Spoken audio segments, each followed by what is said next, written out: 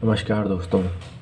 आज हम आपको बिहार ज़िले के एक ऐसी सच्ची कहानी से रूबरू कराएंगे जिसमें एक ऐसा हत्याकांड हुआ जिसकी गवाही के मौजूद आज भी बुजुर्ग जब उसको याद करते हैं तो उनकी आंखों से आंसू आ जाते हैं और उनका दिल सहम जाता है।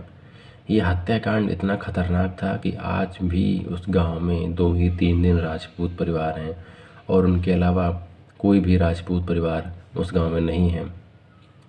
होता ये है कि शाम के 7 बजे के वक्त था। 500 लोगों की भीड़, उनके हाथों में डंडे तलवारें, किसी के हाथ में चैन तो किसी के हाथ में कुल्हाड़ी, किसी के हाथ में तलवार। सभी लोग खून के प्यासे और सभी के हाथ में केरोसिन की बोतल और नारे ये लगाए जा रहे थे, एमसीसी की जय हो, एमसीसी की जय हो, 7 का बदला 70 से लेंगे, 7 का बदला 70 से लेंगे। सभी लोग यही चिल्ला रहे थे, छुटकी चचानी का बदला ज़रूर लिया जाएगा, छुटकी चचानी का बदला ज़रूर लिया जाएगा। और सभी लोग यह चिल्लाते हुए बघौरा, जो कि नाम होता है बिहार ज़िले के एक छोटे से गांव में बघौरा में सबसे पहले वो लोग जाते हैं और यही चिल्लाते हुए कि छुटकी चचानी का बदला हम लेकर रहेंगे, एमसीसी जिंदाबाद, 7 का बदला 70 से। और ये चिल्लाते हुए गांव में वो लोग एंटर करते हैं। इंटर करने के बाद उनको पहला घर मिलता है तो वो लोग उसका दरवाज़ा तोड़ते हैं और गांव के मर्दों को निकालते हैं। उस घर के मर्द को बोलते हैं, क्या हुआ क्या हुआ, हमें माफ़ कर दो, हमारी कोई गलती नहीं है। वो कहते हैं कि तुम कौन हो, तो क्या तुम हरिजन हो? तो कहते हैं नहीं, हम हरिजन नहीं, हम राजपूत हैं। कहते हैं पकड़ो साले को, ये राजपूत है, ये राजपूत है। और उनके जो संगठन वाले थे, नक्सली आए थे, हमला करता आए थे 500 की भीड़ में। वो 500 भीड़, उनका टारगेट केवल राजपूत ही थे। वो गांव से केवल राजपूतों को ही ढूंढ ढूंढ कर मार रहे थे। जैसे ही उन्हें राजपूत का घर दिखता उनको निकालते और मार देते। पहले उन्होंने देखा कि ये राजपूत का घर है तो उन्होंने घर के मर्दों को निकाला और उनको अच्छे से मारा और उनको बांध दिया एक रस्सी में। बोल बांधो साले को, ये साले राजपूत हैं और इनकी औरतों की इज्जत लूट लो, इनको साले को नंगा कर दो। फिर इसी तरह दूसरे घर में जाते हैं, दूसरे घर भी राजपूत का होता है। सारे मर्दों को बाहर निकाला जाता है, उनको मारा जाता है, उनको भी रस्सी में बांध लिया जाता है। इसी तरह से लगभग 10-12 राजपूत इकट्ठा हो गए थे। तीसरे घर में वो लोग जाते हैं तो दरवाज़ा तोड़ते हैं वो लोग। तो उनको पहला आदमी एक लगभग 40-50 साल का आदमी दिखाई पड़ता है। वो हाथ उनके जोड़ने लगता है, कहता साहब हम तो हरिजन हैं, हम राजपूत नहीं हैं। बोला साला झूठ बोलता है, राजपूतों के घर में ही रहता है। तो कहता है हम राजपूत नहीं हैं, सब मारो साले को, ये भी झूठ बोलता है। और उन लोगों ने 500 की भीड़ ने उसे भी पकड़ लिया, रस्सी में उसको भी बांध दिया। और उनके घर में जितने भी राजपूत थे सभी उनको पकड़ा गया और उनको भी बांधा गया रस्सी में। इसी तरह बघौरा गांव में जितने भी राजपूतों के परिवार थे, सभी परिवारों में से सभी को पकड़ लिया गया और सभी को रस्सी में बांध लिया गया और उनकी औरतों की इज्जतें लूटी गईं और उनमें से कुछ औरतों को मारा भी गया।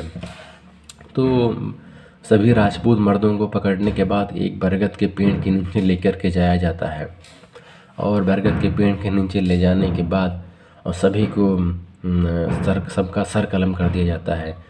सभी 500 नक्सली हमलावर इन सभी को पकड़ पकड़ के मारने लगते हैं, बहुत बुरी तरीके से सबको काटने लगते हैं, जैसे किसी बूचड़खाना में किसी मुर्गे को काटा जाता है। सभी को पकड़ पकड़ के किसी की गर्दन अलग कर दी जा रही थी, किसी के हाथ पैर सब कुछ काटे जा रहे थे उनको बहुत बुरी तरीके से, और सबके सर इधर उधर फेंक दिए गए काटने के बाद।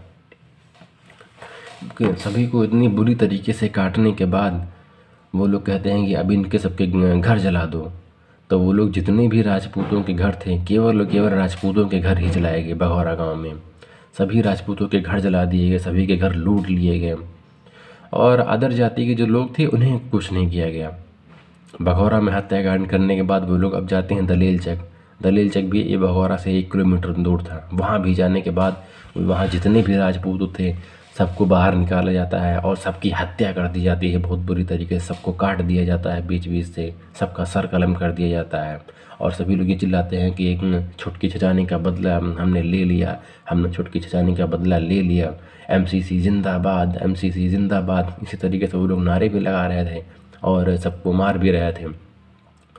तो 2 गांवों में ये खूनी खेल खेलने के बाद अब वो लोग सभी के घर जला देते हैं, सभी की इज्जत लूट लेते हैं औरतों की, और अब वो लोग चले जाते हैं।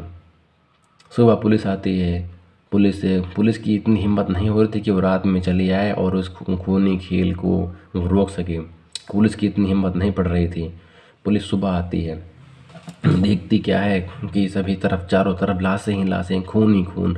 बरगद के पेड़ के नीचे बहुत सारा खून पड़ा है। ऐसे लगता है किसी ने बूचड़ खाने में ही उससे भी बुरी हालत कर दी थी लोगों की। पुलिस आग बुझाती है लेकिन आग बुझ नहीं पाती है। पुलिस बहुत मदद करती है लेकिन उसके हाथ में कुछ होता नहीं है। जैसे तैसे एक बुजुर्ग आता है, वो कहता है कि साहब, हमारे घर में ये 2 पोते पोतियाँ हैं बचे हैं, अब मैं तो मर ही जाऊंगा। 5-5 साल के पोते पोतियाँ हैं, आप इनका पालन पोषण करो। तो पुलिस वाले, उनकी आंखें नम हो जाती हैं। पुलिस वाले उनको बच्चों को ले लेते हैं, और पुलिस वाले उनको जब देखते हैं घर में एक बच्चा बिस्तर से लिपटा हुआ सिसक रहा था, उसके पुलिस वाले जब घर में जाते हैं तो देखते हैं उस बच्चे को निकालते हैं। 5 साल का बच्चा महज था, वो बिस्तर में लिपटा रो रहा था। और एक 22 साल का लड़का भूसे में छिपा हुआ था, उसकी हालत बहुत ख़राब थी, उसको भी वो लोग पुलिस वाले निकालते हैं। अगर कोई बचा था तो यही 2 लोग बचे थे, एक 5 साल का बच्चा और एक 22 साल का लड़का जिसने अपने भूसे में छिपकर जान बचाई थी। तो इन 2 लोगों को बचाया जाता है। फिर फायर ब्रिगेड की टीम आती है और घर में सभी के घर से आग बुझाती है। और पुलिस ने कई लोगों से पानी मांगने की कोशिश की कि हमें पानी दे दो, हमें दवाई दे दो, लेकिन किसी ने उनकी मदद नहीं की, क्योंकि एमसीसी वालों के डर से कि एमसीसी वाले हमें न मार दें। तो एमसीसी वालों ने ऐसा क्यों किया? आखिरकार उन्होंने 54 राजपूतों का कत्ल क्यों किया? आखिरकार ऐसी क्या बात हो गई थी कि इतना खूनी खेल खेलने की ज़रूरत थी, इतना बड़ा हत्याकांड करने की ज़रूरत थी? तो ये कहानी जो शुरुआत होती है, ये एक नहर परियोजना को लेकर के होती है। देश में प्रधानमंत्री राजीव गांधी की सरकार थी, और बिहार में भी मुख्यमंत्री विंदेश्वरी यादव जी थे, वो मुख्यमंत्री थे। तो कुल मिलाकर प्रधानमंत्री भी कांग्रेस ही थी और बिहार में मुख्यमंत्री भी कांग्रेस ही थे। उन्होंने एक योजना बनाई थी कि गांव में किसानों के पास पानी की सुविधा पहुंचाएंगे, जिसके लिए एक नहर परियोजना थी। जहां से नहर निकलने वाली थी वो ज़मीन राजपूतों की थी और महंत की थी। एमसीसी वालों ने एक बार वहां पर महंत की ज़मीन कब्जा करी थी, सैकड़ों एकड़ ज़मीन कब्जा कर ली महंत की, एमसीसी वालों ने, माओवादी संगठन ने। तो जो महंत जी थे वो वहीं पास ही के गांव के एक राजपूत दबंग जिनके पास गए, उनको बताया कि हमारी ज़मीन कब्जा कर ली गई है साहब। वो राजपूत थे, वो भी दबंग थे। तो उन्होंने एमसीसी वालों को मार मार के भगा दिया। अब जब एमसीसी वालों को मार मार के भगा दिया तो एमसीसी वालों ने उनके ही दोस्त की हत्या कर दी, 2 दोस्तों की। अब जब राजपूत वो दबंग जी थे वो नाराज़ हो गए उनसे, एमसीसी वालों से, उन्होंने एमसीसी के 7 आदमियों का मर्डर कर दिया। फिर बदले में फिर एमसीसी वालों ने 20 राजपूतों को मार दिया। तो यहीं से एमसीसी की और राजपूतों की कट्टर दुश्मनी सी हो गई थी। जब नहर परियोजना की बात हुई तो वहाँ पर जो यादव लोग थे गांव में, वो लोग चाहते थे कि हमारा कब्जा यहाँ पर हो जाए राजपूतों की ज़मीन पर। यादवों ने एमसीसी वालों से मदद मांगी। एमसीसी वालों को तो बस एक बहाना चाहिए था कि हमको उनसे लड़ाई करनी है, या राजपूतों थे, उनको एक बहाना मिल गया था। और फिर उसके बाद वो लोग उनकी मदद करते हैं यादवों की, हम तुम्हारी मदद करेंगे ज़मीन कब्जा करने के लिए, तो हमारे बस साथ रहो। एमसीसी वाले उनकी ज़मीन को कब्जा करने के लिए काफ़ी कोशिश करते हैं, लेकिन केदार सिंह उनका विरोध करते हैं कि तो हम तुमको अपनी ज़मीन पर कब्जा नहीं करने देंगे। तो आखिरकार वो लोग केदार सिंह को भी मार देते हैं, केदार सिंह को।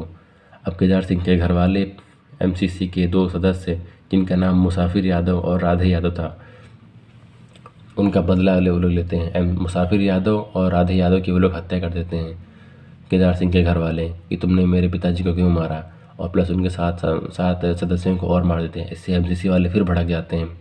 फिर एमसीसी वाले गांव-गांव में पर्चे बांटते हैं कि हम छुटकी छजानी का बदला ज़रूर लेंगे, छुटकी छजानी का बदला ज़रूर लेंगे, 7 का बदला 70 से लेंगे, 7 का बदला 70 से लेंगे। और वो लोग करते भी हैं। 29 अप्रैल सन 1987 के दिन उन्होंने बदला लिया, और ऐसा बदला लिया उनकी देश की रूह काँप गई। और आज भी बिहार में कांग्रेस की सरकार नहीं बन पाई है इसी हत्याकांड की वजह से। फिर जो 500 लोगों की भीड़ उसमें आई थी, उसमें 177 के खिलाफ FIR दर्ज हुई और जिनमें से 8 को फांसी की सज़ा हुई। लेकिन फिर हाई कोर्ट ने उस फांसी की सज़ा को उम्र कैद में बदला और उम्र कैद में बदलने के बाद वो 8 के 8 आरोपी बिना किसी सबूत के छूट जाते हैं, क्योंकि कोई गवाह नहीं था उनके खिलाफ।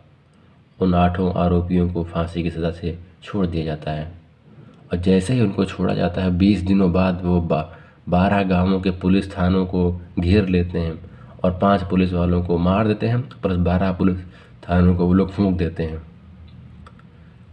तो ये कुछ हाल है हमारे देश की न्यायपालिका के, जिसमें लोग इतने बड़े बड़े हत्याकांड करने के बाद भी खुली आज़ादी से घूम रहे हैं।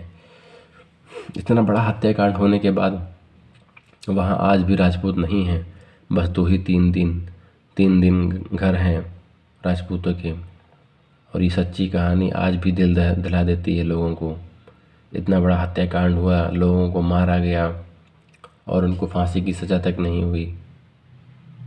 तो इससे बड़ा दुर्भाग्य और हमारे लिए क्या हो सकता है। कमेंट में आपकी क्या राय है, कृपया आप हमें बताएं और आप किस टॉपिक पर वीडियो देखना चाहते हैं मुझे बताएं और मुझे सपोर्ट करें। धन्यवाद।